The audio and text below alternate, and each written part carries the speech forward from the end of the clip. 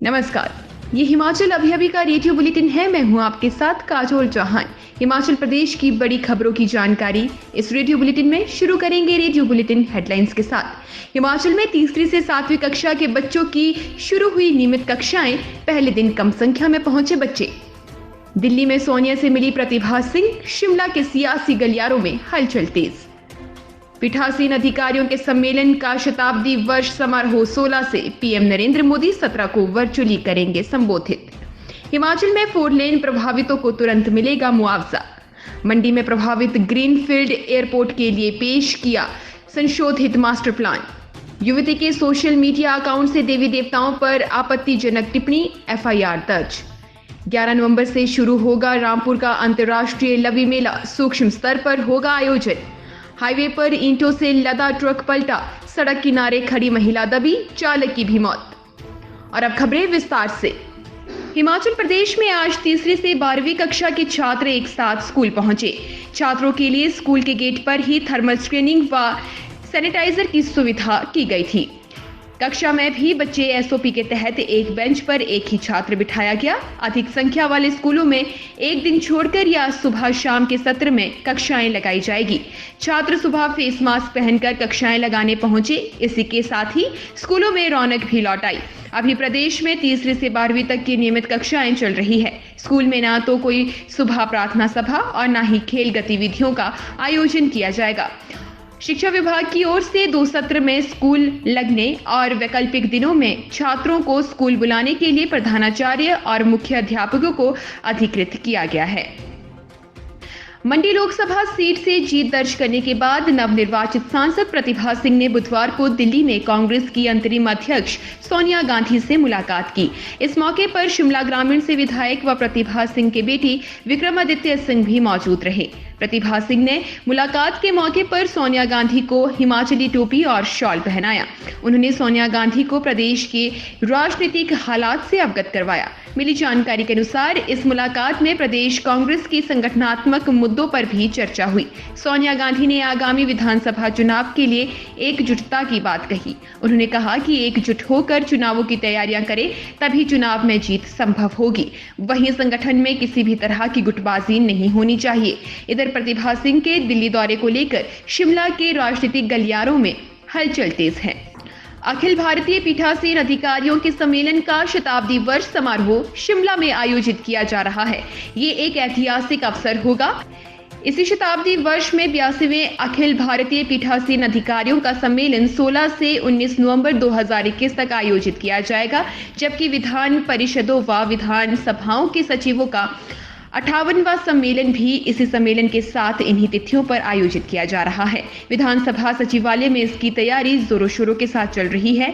इस सम्मेलन के उद्घाटन अवसर पर 17 नवंबर को पीएम नरेंद्र मोदी वर्चुअली संबोधित करेंगे। इस सम्मेलन में 36 राज्य की विधानसभाओं, विधान परिषदों के पीठासीन अधिकारी, उपाध्यक्ष और प्रधान सचिव सम्मेलन में भाग लेंगे। हिमाचल प्रदेश विधानसभा स्पीकर विपिन सिंह परमार ने इस बाबत बताया कि अखिल भारतीय पीठासीन अधिकारियों का सम्मेलन 16 से 19 नवंबर तक होगा। इससे पूर्व 1921 में ये सम्मेलन हुआ था। मटौर शिमला तथा मंडी पठानकोट 4 लेन निर्माण के लिए भू अधिग्रहण कार्य में तेजी लाने के लिए नेशनल हाईवे के नाम भू इंतकाल के लिए भी तत्परता के साथ कदम उठाने के निर्देश दिए गए हैं। इसके साथ ही जिन भूमि मालिक 3A, 3T, 3G हो चुकी है, उनको मुआवजा राशि तुरंत प्रभाव से आवंटित करने के लिए भी कहा गया है, जिससे चरणबद्ध तरीके से 4 लेन के निर्माण कार्य शुरू हो सके। इस बाबत बुधवार को डीसी कांगड़ा डॉक्टर निपुण जिंदल की अध्यक्षता में डीसी कार्यालय के सभागार में नेशनल हाईवे के अधिकारियों के साथ समीक्षा बैठक आयोजित की गई। डॉक्टर निपुण जिंदल ने कहा कि 4 लेन के निर्माण के लिए वन अधिकार अधिनियम FRA के तहत पेड़ों के कटान के मामले को निपटाने के लिए भी उचित कदम उठाने को कहा गया है। सीएम जयराम ठाकुर ने कहा कि भारतीय विमानपत्तन प्राधिकरण में मंडी में प्रस्तावित ग्रीनफील्ड एयरपोर्ट का आवश्यक भूमि सहित संशोधन मास्टर प्लान प्रस्तुत किया गया है। वे आज यहां मंडी हाईवे संबंधित एक बैठक में अध्यक्षता कर रहे थे। जयराम ठाकुर ने कहा कि प्रदेश सरकार ने नागर विमानन मंत्रालय और भारतीय विमानपत्तन प्राधिकरण के सुझाव के अनुसार रनवे का अलाइनमेंट तैयार करने के लिए वेबकोस लिमिटेड द्वारा लिडार सर्वेक्षण पूर्ण कर लिया गया है। उन्होंने कहा कि ये सर्वेक्षण इसी वर्ष 21 जुलाई को पूरा किया जाना था और वेबकोस लिमिटेड ने भारतीय विमान प्राधिकरण को लिडार सर्वेक्षण का डाटा प्रस्तुत कर दिया है। शेष समाचार ब्रेक के बाद। आपके स्वास्थ्य का प्रहरी श्री बालाजी हॉस्पिटल, कांगड़ा, हिमाचल। सिरमौर जिला पुलिस ने देवी देवताओं पर आपत्तिजनक टिप्पणी करने के मामले में एक मामला दर्ज किया है, लिहाजा पुलिस मामले की जांच में जुट चुकी है। पुलिस ने ये कार्रवाई आईपीसी की धारा 295A के तहत अमल में लाई है। युवती द्वारा अपने फेसबुक अकाउंट से देवी देवताओं पर आपत्तिजनक टिप्पणी करने को लेकर हिंदू संगठन लगातार विरोध जता रहा है। मंगलवार शाम पुलिस ने युवती के बयान भी कमलबद्ध कर दिए हैं, जिसमें युवती ने अकाउंट हैक होने की बात कही है। हालांकि विश्व हिंदू परिषद ने इन आपत्तिजनक पोस्ट को लेकर पुलिस को शिकायत दे दी थी, लेकिन इस पर शिकायतकर्ता का नाम दर्ज न होने की वजह से एफआईआर में देरी हुई। इस मामले में मंगलवार शाम हिंदू जागरण मंच के कार्यकर्ताओं ने भी एसपी कार्यालय के परिसर में सांकेतिक धरना दिया था। शिमला जिला के रामपुर उपमंडल में अंतर्राष्ट्रीय लवी मेले का आयोजन इस बार भी सूक्ष्म स्तर पर किया जाएगा। ये मेला 11 नवंबर यानी गुरुवार से शुरू होगा। मेले के आयोजन को लेकर बुधवार को एक बैठक का आयोजन किया गया।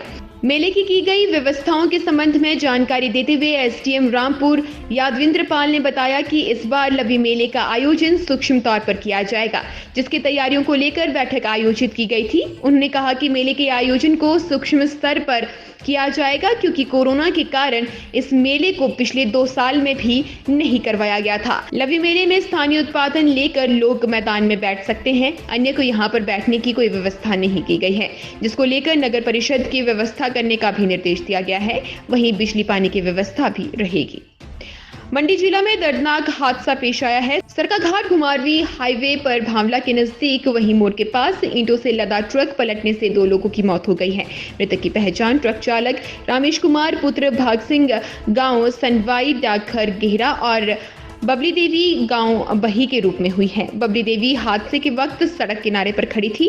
ट्रक के नीचे दबने के कारण दोनों की मौत हुई है। इस दौरान काफी देर तक जाम लगा रहा। एसपी मंडी शालिनी अग्निहोत्री ने घटना की पुष्टि की है। इस रेडियो बुलेटिन में बस इतना ही। इजाजत दीजिए। नमस्कार।